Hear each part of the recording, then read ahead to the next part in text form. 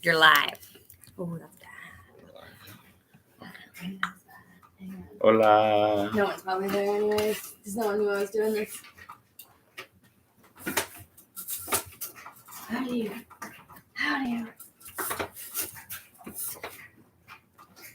Because you're freaking out. Why don't we just change it so that's not in the picture? Okay. Is that better? Yeah, it is. Hey guys, we're live. Okay. So there's probably nobody here, but One person, I think. Oh, someone's watching? Hey, comment. Who are you? Anyways, so the reason why I'm going live right now is because we were driving home from Calgary to Vancouver Island, and we got stuck because of all of the floods that are happening in BC. So the other thing that is a problem right now is my laptop is at home, and I didn't bring it with me because I didn't expect to have time to edit any videos or do anything. So I can't post a video right now explaining what's going on. So we're going live, and I know there probably won't be very many people here watching right now, but I will post this live to my channel so you can watch it later. If you're watching this, you're probably watching it later. Floyd has learned some new things in the last few days. He's found his voice, and he loves talking. Look, he'll come say hi. Hi, Bubba. You want to say hi to everybody? Oh, say hi. Is that you? That's you, buddy. Hi, Bubba. Hi, everybody.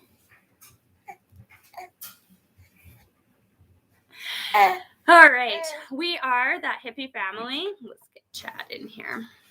There we go. I'm Ashley. I'm Chad. And this is baby Floyd. Hola. We just were in Calgary because we actually just got married.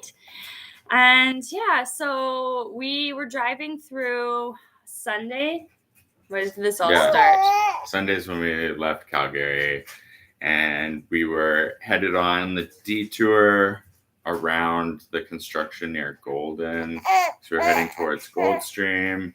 We got like halfway up the pass, and traffic got like super crazy, and we ended up getting turned around because the road was deemed unpassable. Cops were just turning everybody around. And at this point, like, it was snow. So yeah, this was snow. This is coming through the Rockies, obviously. Yeah, the mountain pass. And we didn't think anything of it at the time. We were just like, oh, it's snowy in the mountains, to be expected this time of year. Had no idea. Like, we were planning to come to Kelowna anyways because we wanted to stay with the friends of ours here for one night and visit them because they just had a baby as well. So we heard snow, and we're like, okay, well, we have to detour.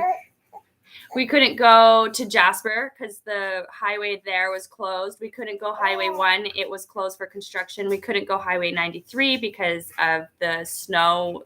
There was a blockage on that road. So we ended up driving back to Calgary almost all the way, and then down to Fernie on Highway 3. So we spent 9 hours in the car to get 2.5 hours closer to our destination, which was a long day. It was a long day for Floyd.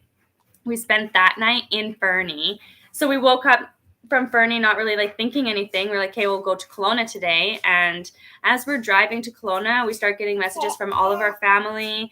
Thank God they were all checking the roads and telling us, like, you guys, the highways are closing. Like, the storm is so bad. There's floods happening. And we're like, oh, okay, like, didn't think too much of it, I don't think, at that point. No, at that point, it was all just like starting to happen. So there was no real road closures and stuff like that. It was just like flood warnings and stuff like that. And then as we were driving, we started hearing more about like the Trans-Canada Highway near Hope. Yeah. And all of that kind of stuff. So Highway 3, the highway that we were on, at some point, after the Okanagan, I guess, yeah. So near Princeton here. I'm just gonna hold on for a second. that highway was starting to flood or whatever, and the Coquihalla was starting to flood. So when we got to Kelowna, we did we checked all the highway reports, and that's when we found out that, well, the Coquihalla for sure, there is no more road. They're gonna have to rebuild that, right? Like, Oh yeah. I'm sure everybody's like seen the news about that. Like, well, some people might not. Might not have. Yeah, that's fair. But the Coca-Cola is like. Is that you? There's parts of it missing in numerous places. No. Like, that's just like, it's gonna take months, maybe even like a year to make that like regularly passable again. It's just too much. But yeah. So all of our routes as of right now, which was like working, the Trans-Canada, Coquihalla, Highway 99, all of that stuff. It's Highway 3 can't get through anywhere because of landslides or flooding. So as of right now, we are pretty much stranded. So we are stuck. Yeah. Hey, Kay. Yes. So we want to let everybody know that we are safe. Luckily, in Kelowna, we have very good friends that we're staying with right now. And so they have a spare room. And yeah, we're very grateful that they're allowing us to stay here and stuff. It's pretty nice to be comfortable and stuff. They also have a nice new like little baby. So yeah, so they just spend some time with babies. Our baby gets to see another baby. You know, it's all great. And they have all the baby stuff. So like Floyd is in baby heaven. He has all the jumping things and toys and things to play with right now. We're safe. We're with friends. There are starting to be food shortages in the grocery stores. So we did do a shopping trip like the first day we were here. And our friends just bought groceries too. So we have food. Hopefully that's not like going to become a serious issue. Yeah. I know that Vancouver is cut off from the rest of Canada right now. Chilliwack is underwater. Princeton is underwater.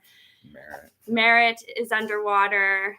The problem is, like, I think, like, when all these forest fires happen in the summertime, it deteriorates the land. And then when it rains, there's not enough, like, vegetation to absorb all the water. Yeah. It's all... Well, there's a lot. It's not just fires. Like, fires also, like, replenish things. Like, it's not the fires necessarily. It's mostly logging and issues like clear cutting. Yeah, that's definitely. the real issue. Because then rain comes down in that spot and there's no trees to absorb it. There's just small brush and small plants, right? So the water just keeps going. Is that you? It doesn't get absorbed into the ground. You? But so it's all like a snowball effect, really, obviously. But so yes, we are safe. We are stuck here. Chad needs to go to work. Yeah. So that's our biggest stress right now is Chad's missing work. We don't really know what we're going to do about that. And we can't give you an answer when we'll be able to go home. Yeah, as of right now, we're just like watching all the road reports like pretty heavily. So anytime that there's like any information that comes out, we're just assessing it and essentially trying to plan the best route home. But as of right now, like there is no route home. So yeah, like actually no way home.